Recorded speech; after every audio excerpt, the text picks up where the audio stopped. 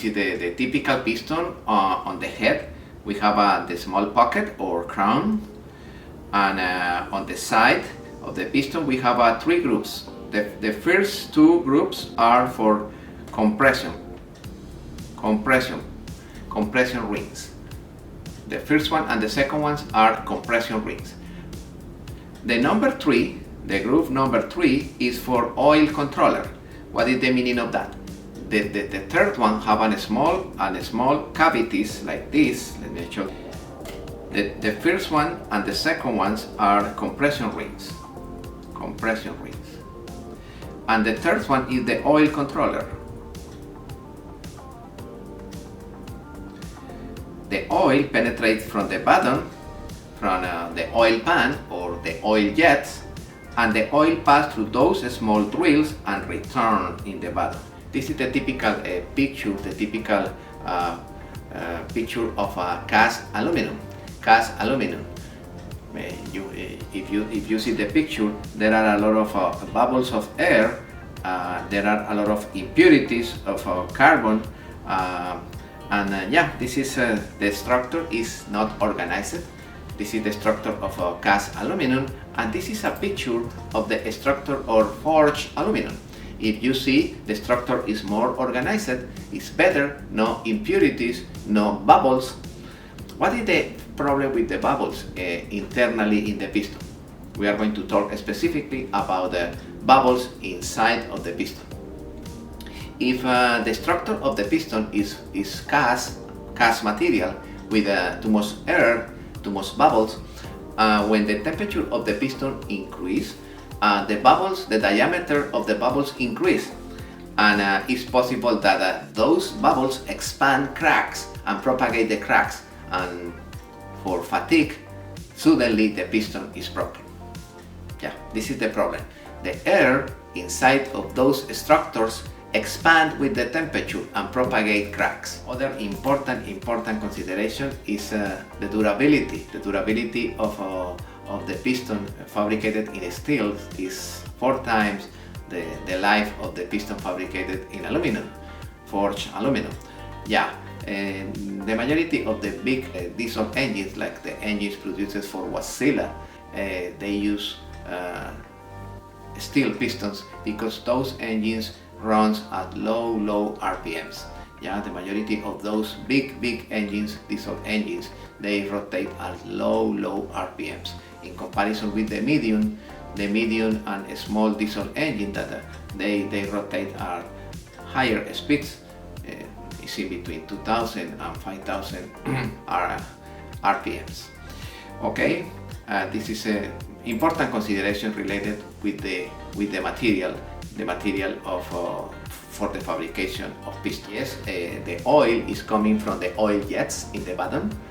It's a jet of oil that is sprayed in the bottom and enter inside of the piston. However, inside of the piston have a small drills connected with the third group, the bottom group, and the oil circulates through the bottom of the oil to the oil pan, and once again the jets inject oil and the oil return. In other words, the function of the oil jets is introduce the oil on top and spray the oil in the bottom of the cylinder liner, and at the end of the day the oil enter here, goes over there and return. This is the path of circulation of oil. If you check this picture, we have oil until the bottom ring, piston ring.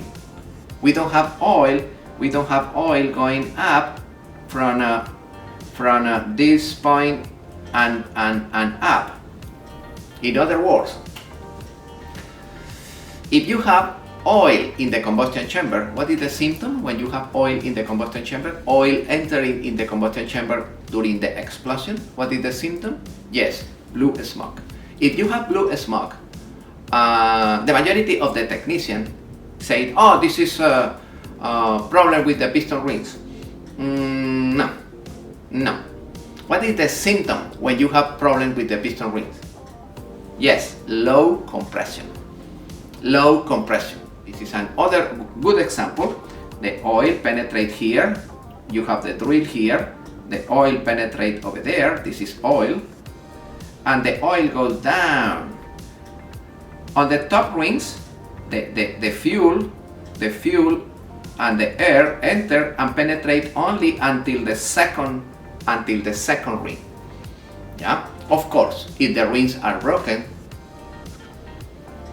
you have low compression because the air and the fuel pass directly on the bottom. Those are extreme cases. In regular operation, if the piston rings are in good conditions and the cylinder wall is in good conditions, never the air and the fuel pass into the bottom.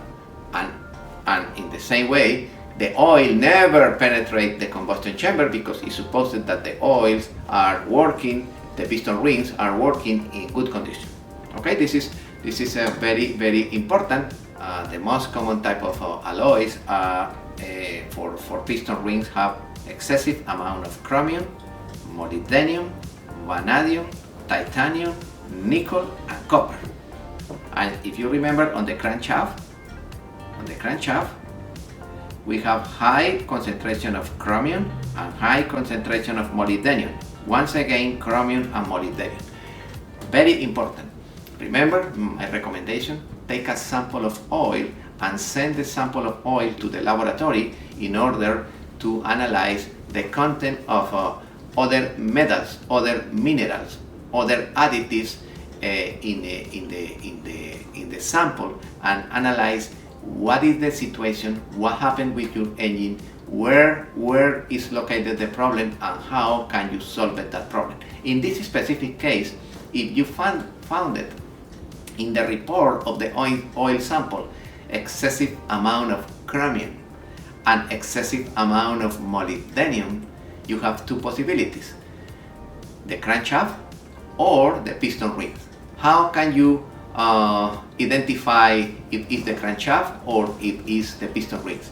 Okay, if it's the crankshaft, if I have deterioration in my crankshaft, if I have a dents on the surface of the crankshaft, on the main journals or on the rod journals, probably I have one code activated in my computer.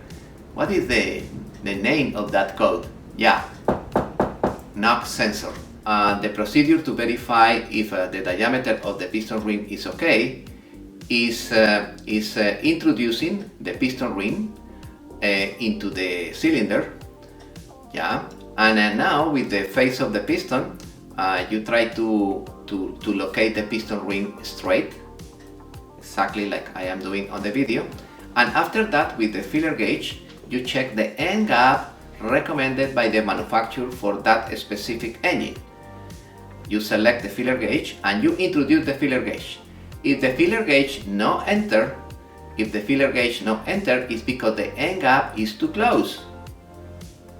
And you need remove the piston ring, go into the file, put a file on the vise, and sand it a little the end of the piston rings.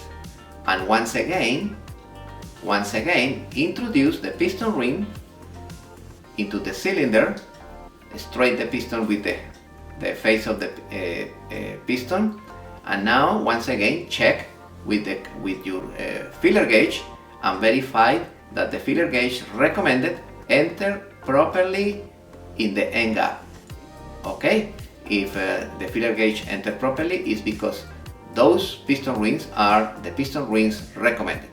We are going to use the tool, open and close.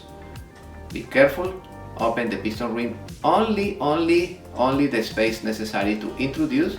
With the other finger you introduce the ring on the groove and you release the tool slowly. That's the procedure.